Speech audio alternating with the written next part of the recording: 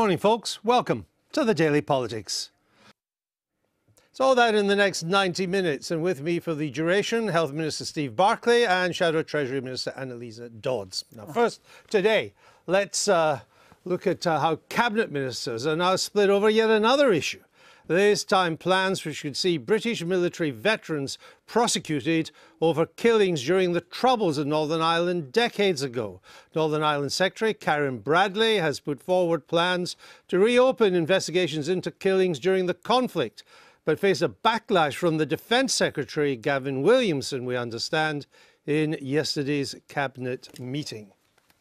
So, after a number of Iraqi veterans were hounded, often by ambulance chasing lawyers, a statute of limitations was introduced for Iraqi veterans, which meant they couldn't be pursued after a time. Why isn't there one for Northern Ireland veterans? Well, there's a consultation going on at the moment, Andrew, to look at these issues. It's right that it is discussed in Cabinet, and it's important we get it right because, as you say, what happened in the past was wrong. We had lawyers behaving in a way that led to them being struck off by the regulatory authorities. So why isn't there a statute of limitations? Well, we need to have a consultation and look at the different issues, understand what legal restrictions there may be around having such a statute, but ensure that we get what is right for the people of Northern Ireland and what is right for veterans who served, the vast majority of whom served with great distinction in Northern Ireland. There are 240 cases pending involving former soldiers and British officials. How many of the IRA are being investigated? Well, what is clear is we need to approach these in a time-limited way. That wasn't what I asked you. How many of the IRA are being investigated? Well, this is for the right process to be followed, so that it's done in a time-fixed way, chronologically, with due process. And that's why we've got a consultation. We want to get this right. And people like you, Andrew, over the years have said that we should have good discussions in Cabinet. We should get to the bottom of these issues. That's exactly the process that's been happening. Are you in favour of dragging former soldiers in their 70s and their 80s through the courts? No, are you? I'm someone who briefly served myself in the armed forces. It's important that we protect veterans. So are you in favour of that or not? Well, what needs to happen is the Stormont Agreement needs to be honoured. And this is nothing to do with the Stormont Agreement. The Stormont Agreement, the Good Friday Agreement, pardoned the IRA. It pardoned a number of leading figures in the IRA. Others were then given letters of comfort by Mr. Blair, who was then Prime Minister. What's the equivalent for British veterans? Well, this is why we need to get it right. We need to learn from what happened previously. It's why it's right that we're consulting. But why can the IRA be pardoned and British veterans in their 70s and 80s be dragged through the courts? Well, where's the justice in that? I'm not here to protect Tony Blair in terms of decisions taken at that time. What I'm saying is it's right that we have due process. It's right that victims of crimes have those crimes investigated. But where's the due process for the IRA? Well, all cases would be looked at, so cases involving the IRA would be looked at as part of this process. But we need to take these cases in a chronological order, in a way that addresses the lessons from past cases where veterans were targeted in an unethical way, and ensure that we get this right in the consultation. In the Troubles over 30 years, roughly what was the balance of killings between the terrorists and the British forces? Well, hugely by terrorists, and it's right that due process is followed. No, you just drivel on about due process. I've asked you a specific question. What's the balance of killings between the terrorists and British forces? I haven't got a precise figure, but massively I'll give you the precise figure. 90% of killings were carried out by the terrorists. Sure. 90%. Yet we know a number of them were pardoned, others were given letters of comfort. We know of over 200 cases involving veterans. We don't know of any involving the IRA. Where is the justice in any of that? Well, what is justice is that we look at cases chronologically, we look at cases fairly. Well, the IRA was killing before the British Army.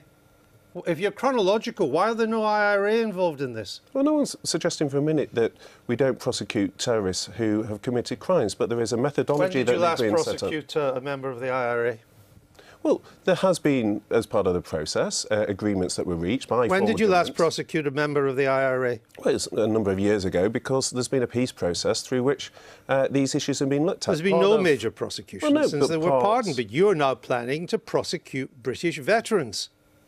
No, what we're planning to do is have a consultation where victims are able to see due process, and that is You are addressed aware in a that there are chronological veterans way. already going through from murders of 46 years ago, of British veterans, from murders claimed 46 years ago. That's already happening. Which is why it is important we have the right protections in place for veterans, the vast majority of whom who have served with great They're distinction. already being prosecuted. Could you tell me any IRA veteran that's been prosecuted? No, I can't give you a specific on an IRA, but this is why we have a consultation in order to get the balance right and to ensure that cases are I investigated. fail to understand where the balance is right. There's over 200 former veterans and British officials, and so far you can't tell me one IRA. Where's the balance in that? Well, this is why we've got the consultation, Andrew, in order to get this struck in terms of the consultation. Is Labour in favour of this or not?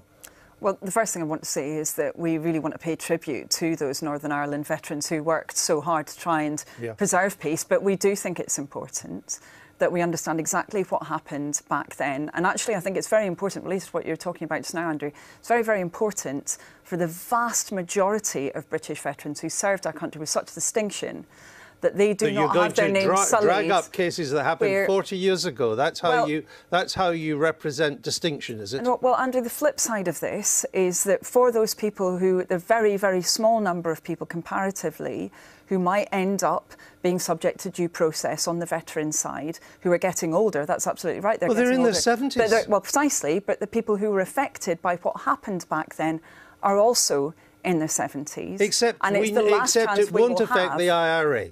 We'll pursue our veterans, many of them getting really on now, on events 40 years ago. I bet you couldn't tell me what happened 40 years ago.